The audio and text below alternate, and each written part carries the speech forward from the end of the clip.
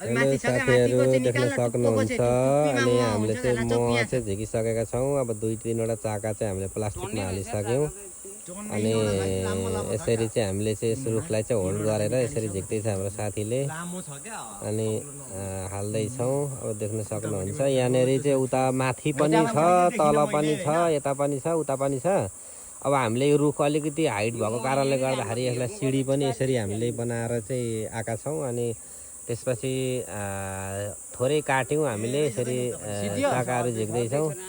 अझै छ भित्र देख्न सक्नुहुन्छ यहाँनिर अझै छ चाकाहरू चाहिँ निकै नै छ अनि यहाँ हाम्रो भाइले झिकिरहेका छन्। यसरी झिक्दैछौँ अनि सबै निकाल न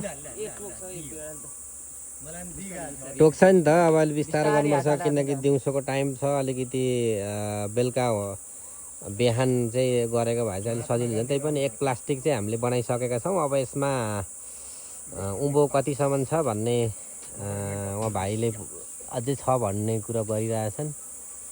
ल ठिकै छ। अब